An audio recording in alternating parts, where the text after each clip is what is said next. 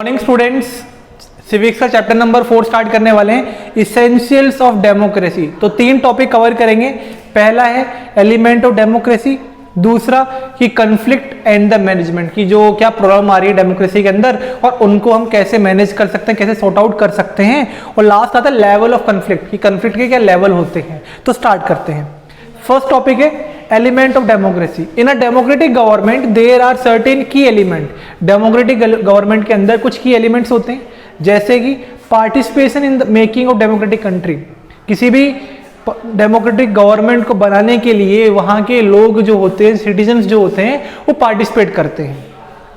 In a democracy the most important element is the participation of people. यानी सबसे main element ये होता है कि किसी भी डेमोक्रेसी के अंदर कि वहां के लोग उस डेमोक्रेसी में अपना योगदान दें। The people participate through voting in election. अब ये जो पीपल होते हैं, ये जो सिटीजन है, वो कैसे पार्टिसिपेट करने वाले हैं? वो इलेक्शन के थ्रू पार्टिसिपेट करते हैं। जब भी इलेक्शन होने वाले हैं, उस इलेक्शन में आते हैं, वोट करेंगे और वोट करने के बाद अपना एक रिप्रेजेंटेटिव इलेक्ट करते हैं और वो क्या बनाता है? वो गवर्नमेंट बनाता है। ठीक है, इस तरह से ये जो नॉर्मल सिटीजन होते हैं वो डेमोक्रेसी के अंदर पार्टिसिपेट करते हैं। These representative are then given the power to form government. The government thus form remain in a power for a fixed period. और जो गवर्नमेंट बनी वो एक फिक्स पीरियड के लिए काम करने वाली है। तो जो फिक्स पीरियड होता है वो आपका 5 ईयर गवर्नमेंट के लिए फिक्स कर रखा है, 5 साल बाद इलेक्शंस दोबारा हो जाएंगे। In our country this period is 5 year. हमारी कंट्री के अंदर जो पीरियड है गवर्नमेंट का वर्किंग का, वो 5 ईयर है। After the end of that period elections are held again. वापस से इलेक्शंस करवाए जाते हैं। ठीक है, उसके बाद पीपल में re elect the same representative और the same government if they are satisfied by their work. और जो सिटीजन्स हैं वो उस गवर्नमेंट को दोबारा से चुन सकते हैं अगर वो उन्हें लगता है कि उन्होंने प्रॉपर तरीके से काम किया है, लोगों के लिए काम किया। अगर नहीं लगता तो उनको दोबारा वो इलेक्शन में वहां पर वोट नहीं करेंगे।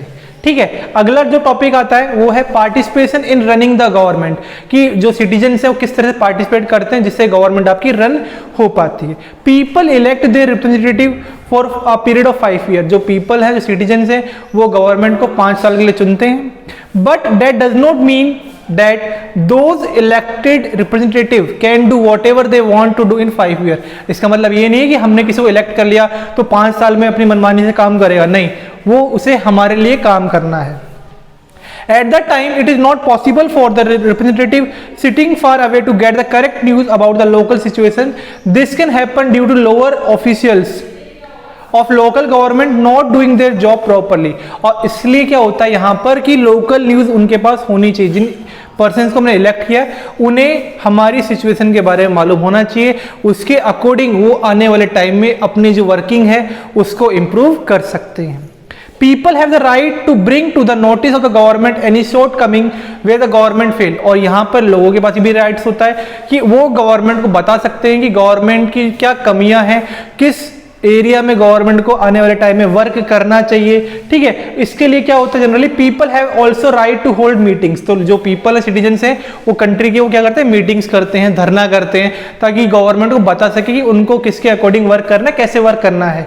जैसे एग्जाम्पल देख लेते हैं, a withdrawal of an increase in price of petrol and LPG in example public people bringing pressure to the bear the government। अगर मान लो गवर्नमेंट ने पेट्रोल के, एलपीजी के प्राइस बढ़ा दिए हैं, तो जो सिटीजन्स हैं उनका काम ये है कि उन्हें मीटिंग करनी है ना, उन्हें यहाँ पर मतलब गवर्नमेंट को अटेंशन मतलब गेन करनी पड़ेगी, उनको बताना पड़ेगा कि ये प्राइस का जो प्राइस है पेट्रोल का, डीजल का, इसे ज़्यादा हो चुका है, इसको कम करो। तो इसके लिए पेपर वगैरह में आर्टिकल्स वगैरह आते हैं।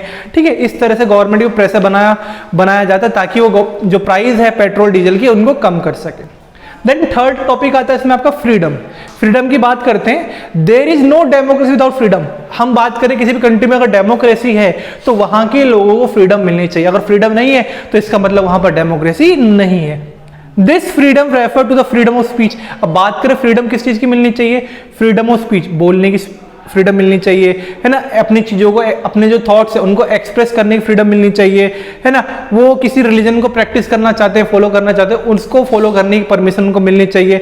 कोई भी जॉब अपनी अनुसार अपने अकॉर्डिंग कोई भी जॉब वो करना चाहते हैं, उस जॉब को करने की परमिशन मिलनी चाहिए, ठीक है, वोट डालने की परमिशन मिलनी चाहिए, फ्रीडम मिलनी चाहिए।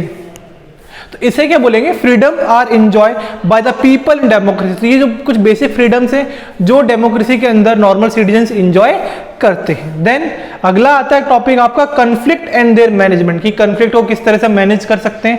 कन्फ्लिक्ट का मतलब तो टकराव या फिर ऐसी बातें जिनसे जो गवर्नमेंट है वो यहाँ पे सॉर्ट आउट उनको करना जरूरी है। वेनेवर पॉसिबल पीपल, देखो यहाँ पर बात करते हैं कन्फ्लिक्ट की, अगर हम किसी कंट्री में रहते हैं, किसी एरिया में भी रहते हैं, तो आसपास में अपने जो पड़ोसी वगैरह हैं उनसे झगड़े वगैरह होते रहते हैं, मनमुटाव होता रहता है, उसी को क्या बोलते हैं, कन्फ्लिक्ट बोलते हैं। तो गवर्नमेंट के साथ भी कन्फ्लिक्ट हो सकता है, तो गवर्नमेंट उस कन्फ्लिक्ट को कैसे मैनेज करने वाली है वो हमें यहाँ पे ध्यान रखना पड़ेगा। Whenever people live together, there is a possibility of conflict. If country has people belonging to different culture, अगर इस कंट्री में अलग अलग कल्चर के लोग रहते हैं, रीजन के रहते हैं, रेसेस के हैं, रिलीजियस ग्रुप्स के हैं, तो उनके बीच में कन्फ्लिक्ट होना आम बात है। तो गवर्नमेंट को उन कन्फ्लिक्ट को क्या करना है, सॉर्ट आउट करना है, उनको मैनेज करना होता है। When the people's opinion differ, they sometimes begin to settle को irrationally using violent means। अब यहाँ पे जब कन्फ्लिक्ट बढ़ जाते हैं तो लोग यहाँ पे वायलेंट मीन अपना लेते हैं, यानी हिंसा करने लग जाते हैं। तो गवर्नमेंट को उनको कंट्रोल करना पड़ेगा with the help of police और आर्मी, ये सब यहाँ पर गवर्नमेंट यूज कर सकती है उनको कंट्रोल करने के लिए। It is a time it is at this time that the government has to step in to resolve the conflict. तो यहाँ पर गवर्नमेंट का इंपॉर्टेंट स्टेप होता है कि किस तरह से उसे कन्फ्लिक्ट को मैनेज करना है। देन जो अगला टॉपिक है उसको हम नेक्स्ट पार्ट में आपका कवर करेंगे।